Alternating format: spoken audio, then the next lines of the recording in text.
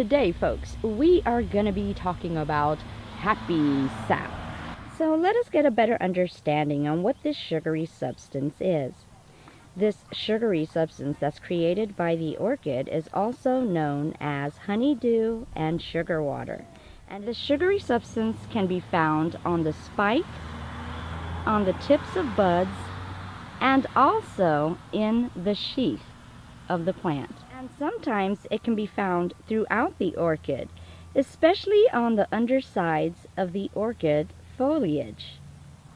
Well, depending on the amount that your orchid creates can really dictate whether this happy sap will become quite a nuisance to your orchid.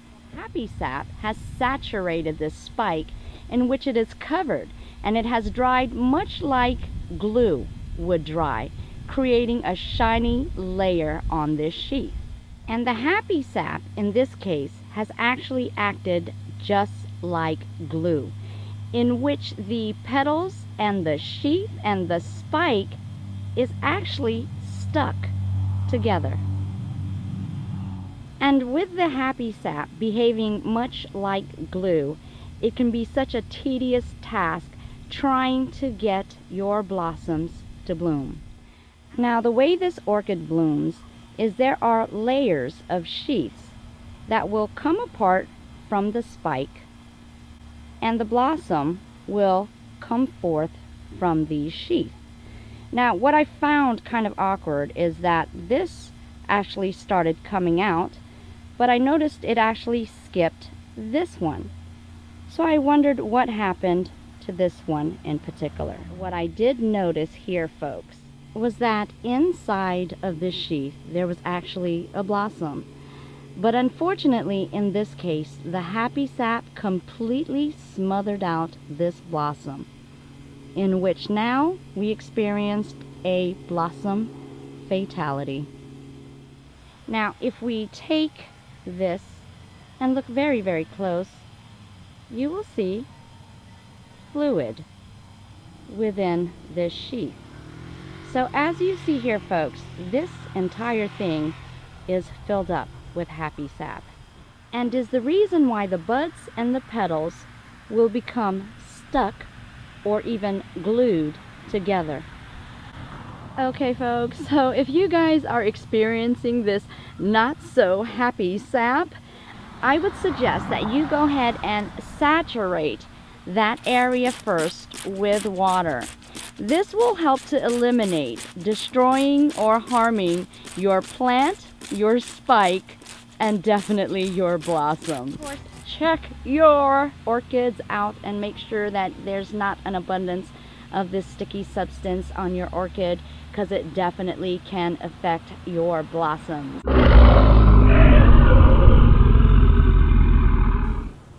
Hey everyone, it's Maria Young again, and I wanted to give you guys an update on my Miltonia flavescens.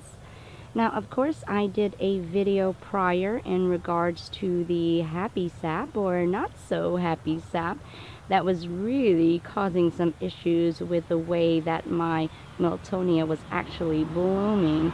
So I definitely wanted to show you guys that even though I took all of that sticky substance off of the plant, again, folks, these are the last 3 blooms, or the 3 sheaths that is about to bloom again.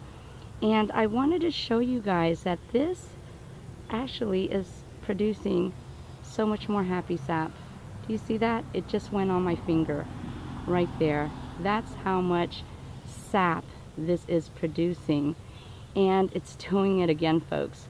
I showed you where I removed a majority of that happy sap, or I thought I removed all of it, but it's continuing to do the exact same thing. This is absolutely ridiculous, and it's doing it for all 3.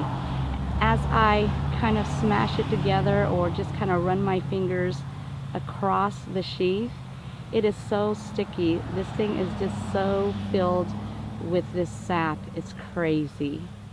So because this plant has continued to produce an overabundance of this sap, I'm going to actually have to go through the process again of spraying this down, letting it saturate, and again removing the sap.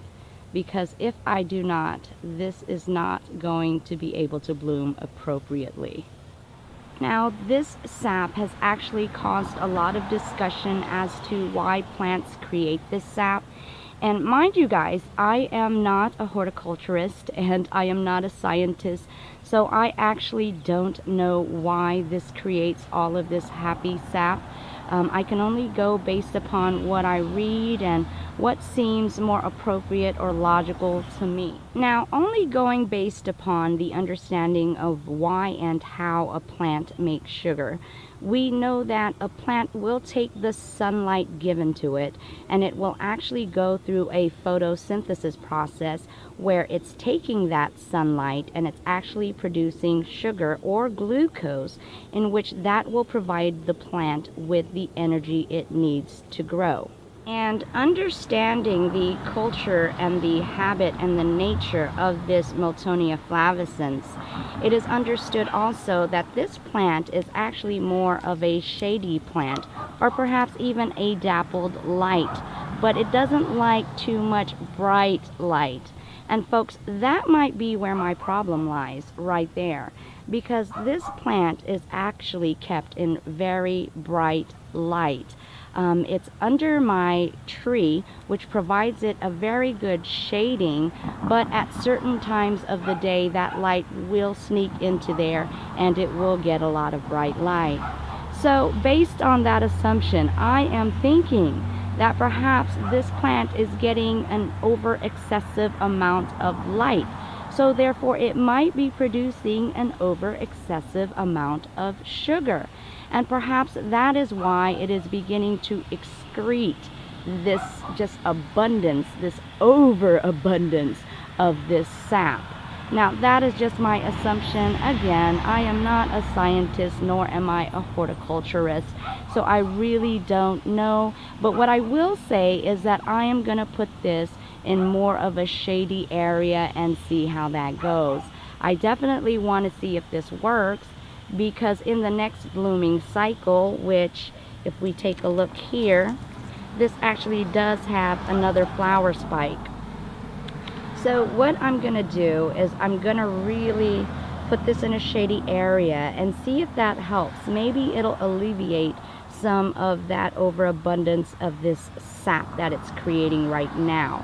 So we'll see, folks, and definitely stay tuned for more, and we'll find out exactly if that's why it's doing that. I gotta find a solution, folks.